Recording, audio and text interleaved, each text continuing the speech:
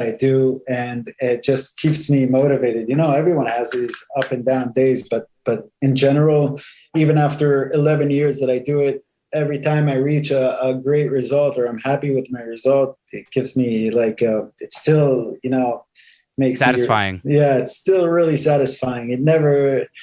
I think if it would be like the same process all the time and reaching the same result, then I would get bored. But because it's always a challenge, even the best room. When I have nowadays, if I go to a room and I fix it in an hour and we're done and it sounds amazing, I'm like super happy. And there are times where I can't, if I don't solve a room, I would just, I could spend I would not sleep at night. And okay, I got to fix this. I have to understand. And then I would come the next day and postpone all the rest of the things I planned just to fix it. And it's satisfying. And I never give up, Yeah, I love that. The pursuit for excellence. Yes.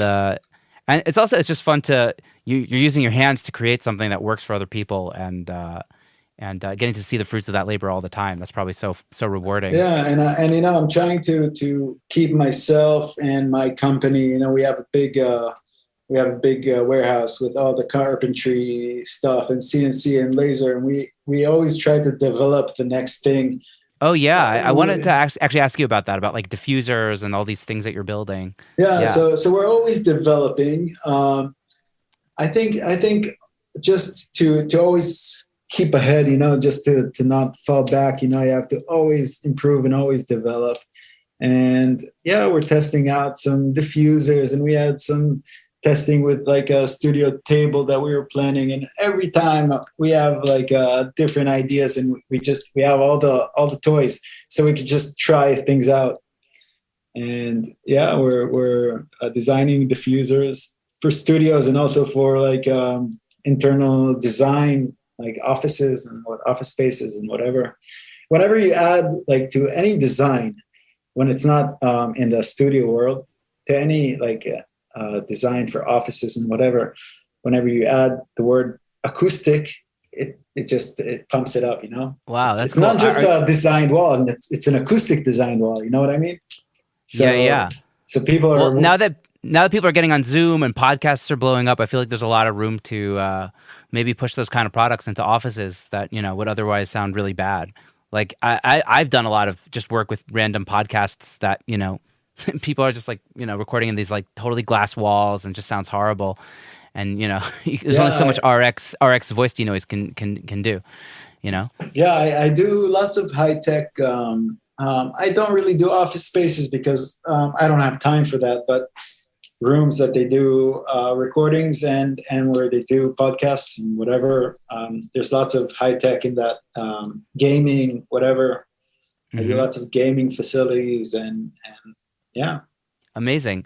Omer, this has been really, really fun and eye opening, and it's just always fun to talk to you and to hear about acoustics because I love it. I know it's like nerdy or whatever, but I really enjoy it. I try to make it not nerdy because I'm not a nerd, so I'm not this physics nerd. I'm just like I'm someone from the field. I'm trial and error guy. So yeah. I see lots of forums like acoustic forums that are really nerdy and are really into physics just to scare people off. Because it's scary, physics.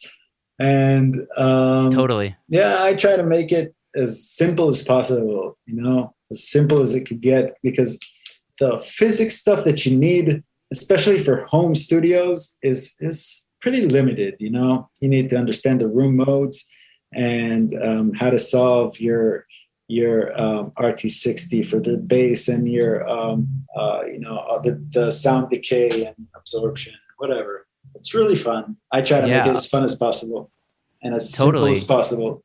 Yeah. Well, I wanted to ask you, looking back on your journey in audio and acoustics, was there something that you maybe did or did not do at the beginning of your journey that you'd want to impart on your earlier self, knowing what you know now? Be like, hey, like keep doing that, or maybe don't do that. There are a few, there's this, there's a lecture that I did in BPM School of Music, maybe 6 years ago, and it has like I think 25 or 30,000 views in acoustics, which is pretty amazing for acoustics. And it was from 5 or 6 years ago. And like a year ago or a few months ago, I was just bored, and I had said, okay, let me look at my lecture from 6 years ago. And I was like, okay, that's wrong. Okay, I do this different. I evolved. So it's fun looking back and seeing how I saw things 6 years ago, which is pretty cool. Yeah, always growing. Yeah, always growing. I try. So there's no right or wrong. It's just keep at the path and there's learn wrong. as you There's go. right and wrong. Of course, it's right and wrong. I had some mistakes. There was this project that I did a few years back, maybe 7 or 8 years ago, where I had to do really isolated vocal booths, and I had an idea how to make it the most isolated I can, and we built these walls from MDF and wooden studs, and we filled them up with sand, and it was terrible. It was terrible to build, and the result was terrible. Like the secretary would talk on the phone, and you would hear it in the vocal booth, and I'm like, oh man! And I had to go fix it on my expense. I came back and I did whatever I could to fix it, and that was terrible. And there's lots of things that I did, but I tried to learn from my mistakes and fix whatever I can, because my name and my reputation is important for me. So even if I lose money or don't earn in a certain project, I would always try. I always try to keep everyone satisfied. Yeah, that's the most important thing. Yeah, the important thing there is that you learn from your mistakes, and of course, and that the I guess that the client is always right, or you try to serve them. That's what we always. That's what we think that we're artistic people, and that's important. But we're also, at the end of the day, we're often working for other people, artists, clients, whatever it is, and we're a service industry. So that's exactly super, super important. Omer, what a pleasure to talk to you. Where can the audience find you on the internet? How could they look you up? It's Omer.K Acoustics. That's my Instagram account, and Facebook it's Omer Karni or Omer K Acoustics. That's it. Best places on social media. For at least for the Israeli crowd and also the international crowd. I started using Instagram maybe 2 years ago, and it's really fun. It works. It's amazing. I use it only for the business, the Instagram and Facebook. I don't post political shit or I'm feeling amused. I don't post these stuff. Yeah, I just you stick to your thing. Yeah. I try to stick with my thing. Yeah. Amazing.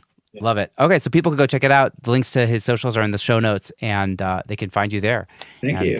Hit you up. Omer, what a pleasure, man. Great to schmooze with you as always. Yes. And I hope you stay. I hope everything is cool, man. Have a good one. Thank you. Thank you very much. You too. Thank you so much for listening to this episode of Secret Sonics. I hope you enjoyed my conversation with Omer as much as I did. If you enjoyed this episode or any of our other episodes, I'd super appreciate it if you would go to Apple Podcasts and leave us a rating and review. It really helps the show. And if you could share this episode or your favorite episode with a friend or two, that would also really help the show move forward. In addition to that, you can find us on social media. Just search for Secret Sonics. We're on Facebook. We're on Instagram. And you can email me at secretsonics@gmail.com if you have any comments, feedback, guests you might want to recommend, anything like that. So that's about it for now. Until next time, I hope you guys have a great week. Stay safe out there and dig in. Bye-bye.